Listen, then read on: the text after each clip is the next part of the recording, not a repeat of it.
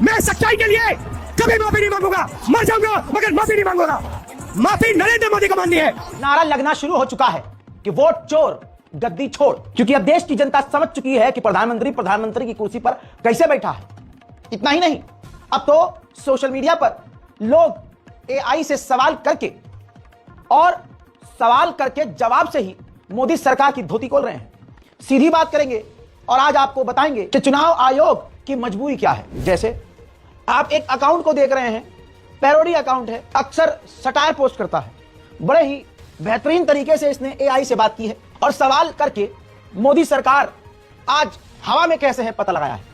ये देखिए, भाई ग्रोक जी, नोएडा शहर की डीएम कौन है, इनका हमारे चुनाव आयुक्त ज्ञानेश कुमार जी से क्या नाता है? तो जानकारी हैरान करने वाली है। जवाब आता है, भाई नोएडा गौतम बुद्ध नगर की वर्तमान डीएम श्रीमती मेघा रूपम हैं, जो 2014 की बैच की आईएएस हैं। वह मुख्य चुनाव आयुक्त ज्ञानेश कुमार की पुत्री हैं। ज्ञानेश कुमार की, जो कि चुनाव आयुक्त ज्ञानेश कुमार हैं, मुख्य चुनाव आयुक्त, उनकी बेटी नोएडा की डीएम है। फिर अगला सवाल रोल्फ गादी करते हैं 2.0 कि धन्यवाद ग्रोक भाई, एक बार ये और बता दो कि पड़ोस के सहारनपुर में डीएम कौन है और उनका हमारे मुख्य चुनाव आयुक्त ज्ञानेश जी से क्या नाता है? भाई चैट जीपीटी शर्म ही नहीं कर रहा। चैट जीपी ने तुरंत जवाब दिया कि भाई सहारनपुर के वर्तमान डीएम श्री मनीष बंसल हैं, जो 2014 के बैच के आईएएस हैं। वो मुख्य चुनाव आयुक्त ज्ञानेश कुमार के दामाद हैं। उनकी पुत्री मेघा रूपम के पति। समझ में आई भैया, खानदान के लिए बैटिंग कर रहा है आदमी। अगला सवाल, काफी जानकारी रखते हो ग्रोक भाई, फिर तो शायद आपको यह भी पता होगा कि श्रीनगर के डीएम कौन है और उनका हमारे मुख्य चुनाव आयुक्त ज्ञानेश कुमार से क्या रिश्ता है? भाई ग्रुप ने फिर जवाब दिया कि श्रीनगर जम्मू और कश्मीर के वर्तमान डीएम श्री अध्यक्ष लाबरू हैं, जो 2018 बैच के आईएएस हैं। वे मुख्य चुनाव आयुक्त के ज्ञानेश कुमार के दामाद हैं, उनकी छोटी पुत्री अभिश्री के पति। बताओ। इसके बाद एक और सवाल किया जाता है कि अच्छा ग्रुप भाई, काफी मेहनती और हुनरमंद परिवार है, वैसे ये अभिश्री जी भी जम्मू एंड कश्मीर में तैनात रही होंगी क्या? अगर इनके पति श्रीनगर में है तो वैसे आमतौर पर आसपास ड्यूटी होना थोड़ा मुश्किल होता है। तो ग्रुप ने रिप्लाई किया, भाई अभिश्री कुमार आईआरएस अधिकारी हैं और वर्तमान में deputy director of income tax investigation एक श्रीनगर में तैनात हैं। हाँ, जम्मू एंड कश्मीर में पोस्टेड हैं दोनों, जबकि उनके पति डीएम श्रीनगर है ना। पति पत्नी एक ही जगह पोस्टिंग आमतौर से नियमों में मुश्किल होती है, लेकिन यहां ऐसा है। यानी आसान भाषा में चुनाव आयोग का जो मुख्य आदमी है ज्ञानेंद्र, वो इतना ज्ञानी है और उसके पास पता नहीं कौन सी जादू की छड़ी है कि इस वक्त पूरे भारत में सबसे पढ़ा लिखा परिवार उसी का है। बेटी डीएम, दामाद डीएम, सब इंस्पेक्टर, सारे खानदान में इंस्पेक्टर, 20-20 घर में डॉक्टर, जो अधिकारी हैं वो एक ही शहर में तैनात हैं। पूरा खानदान, पूरा परिवार देश के तंत्र पर राज कर रहा है। अब समझ में आया? ऊपर से जब प्रेशर आता है तो पढ़ा लिखा आदमी भी उल जुलूल बातें करता है। ज्ञानेंद्र को यह टेंशन जरूर होगी कि अगर मैंने सच बोल दिया या मैं फंस गया तो मेरा जो पूरा परिवार, मैंने जो परिवारवाद फैलाया है, यह सब नाली में बह जाएगा। आइए और जानकारी और क्लियरिटी के लिए आपकी स्क्रीन पर दो तस्वीर। पहली तस्वीर मुख्य चुनाव आयुक्त ज्ञानेश कुमार की बेटी, जो नोएडा गौतम बुद्ध नगर की माननीय डीएम मेघा रूपम है, और उनके पति सहारनपुर के डीएम मनीष बंसल हैं। देखिए, दो बच्चे हैं, बच्चों के चेहरे को हमने पूरी तरह से छुपा दिया है। ये पब्लिक सर्वेंट है, दोनों जनता के बीच रहते हैं। सोशल मीडिया पर 1000 पोस्ट हो चुकी हैं, लिहाजा हमने फिर भी शर्म करी है और हमने पूरी तरह से प्राइवेसी का ध्यान रखा है।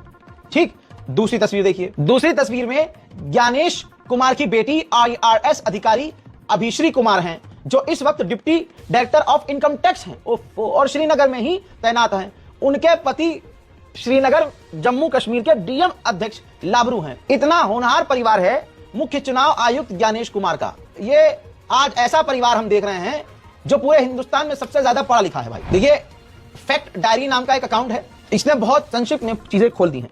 जैसे ज्ञानेश कुमार जी और परिवार, बेटी मेघा रूपम डीएम है, बेटी दूसरी जो है अभिश्री आईआरएस है, दामाद मनीष बंसल डीएम है, दूसरे दामाद अक्षय लाबरू वो भी डीएम है, भाई जो है मनीष कुमार वो भी आईआरएस हैं, बहनोई उपेंद्र जैन आईपीएस हैं। दैनिक जागरण के अनुसार परिवार में 28 डॉक्टर हैं, इनके पिताजी डॉक्टर थे। दुनिया का सबसे ज्यादा पढ़ा लिखा परिवार मुख्य चुनाव आयुक्त ज्ञानेश गुप्ता के परिवार को देखें। संयोग है या प्रयोग, इससे आगे दोस्तों मैं कुछ नहीं कहूंगा। अब देखिए, सुप्रिया जो कांग्रेस की प्रवक्ता है, उन्होंने जब ग्रोक के रिप्लाई को देखा तो उन्होंने वो ट्वीट रिट्वीट करते हुए कहा, ओहो, पूरे कुनबे के लिए बैटिंग हो रही है, यानी पूरे कुनबे की नौकरी बचाने के लिए योगी सरकार, मोदी सरकार का साथ दिया जा रहा है। अब समझ में आया कि ज्ञानेश कुमार जो चुनाव आयोग के सबसे ऊपर वाली कुर्सी पर बैठे हुए हैं, वो खुलकर धमकी भरा लहजा विपक्ष की पार्टी के लिए क्यों इस्तेमाल कर रहे हैं, उल जुलूल बयान क्यों दे रहे हैं, भाषणबाजी क्यों कर रहे हैं। बल्कि इन्होंने कहा था राहुल गांधी से कि माफी मांगनी पड़ेगी, लेकिन यह वीडियो इनके मुंह पर जोरदार तमाचा है। और मेरे सर सारे मतदाताओं को अपराधी बनाना और चुनाव आयोग शांत रहे, संभव नहीं। हलफनामा देना होगा या देश से माफी मांगनी होगी। मुझे कहते हैं सही बात बोलने के लिए माफी मांगू। भाइयों और बहनों, मेरा नाम राहुल सावरकर नहीं है, मेरा नाम राहुल गांधी है। मैं सच्चाई के लिए कभी माफी नहीं मांगूंगा, मर जाऊंगा मगर माफी नहीं मांगूंगा। और ना कोई कांग्रेस वाला माफी मांगेगा। माफी नरेंद्र मोदी को मांगनी है।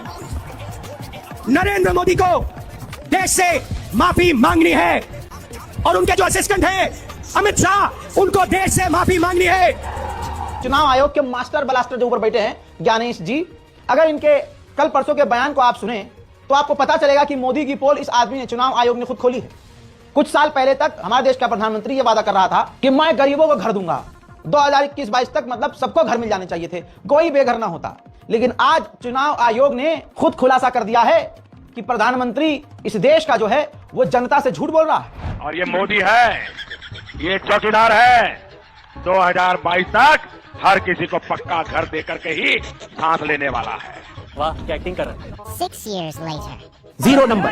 आपको पता है इस देश में करोड़ों लोगों के घरों के पते के आगे 0 नंबर है। अरे बाप रे, ये तो धोती खोल रहा है। ये हमारे गरीब मतदाताओं, बहनों, भाइयों और बुजुर्गों के साथ एक बहुत बड़ा खिलवाड़ है। ये तो लेटेस्ट न्यूज़ है। अगर हम करें तो करें क्या, बोले तो बोले क्या। एक ही काम, झूठ बोलो, झूठ बोलो, झूठ बोलो, बार बार बोलो, बार बार बोलो, बार बार बोलो, हर जगह पे बोलो और जोर जोर से बोलो। गजब टूबी बात आती। बात तो सही है। मोहतरम हजरात, अब सब खुलकर साफ हो गया है कि आज के जो प्रधानमंत्री हैं वो चुनाव जीते कैसे। सारे सवालों के जवाब आम जनता को मिल चुके हैं। लेकिन यहां पर मैं आपको वार्निंग देना चाहूंगा, जब जब सरकार डरती है पुलिस को आगे करती है। लेकिन एक चीज और है, दंगे भी हो जाते हैं, हिंदू मुसलमान हो। मैं तमाम हिंदू भाइयों से कहूंगा, हाथ जोड़कर निवेदन करूंगा अपने तमाम मेरे हिंदू भाइयों से, किसी के बहकावे में ना आए। ये जो भाजपा के नेता हैं जो धर्म का चोला पहनकर आपकी भावनाओं के साथ खेलते रहते हैं, याद रखिएगा इस बार मत फंसिएगा, क्योंकि ये हिंदू जागा हुआ है बोलकर आपको सुला देते हैं, आपके अंदर के इंसान को ये मार देते हैं और सिर्फ नफरत से पैदा हुआ राक्षस आपके अंदर पैदा कर देते हैं, क्योंकि इनको अपनी कुर्सी बचानी है। तो याद रखिएगा, देख लीजिएगा, आजकल में ही हिंदुस्तान में कहीं ना कहीं दंगा फसाद हिंदू मुस्लिम होना शुरू हो जाएगा।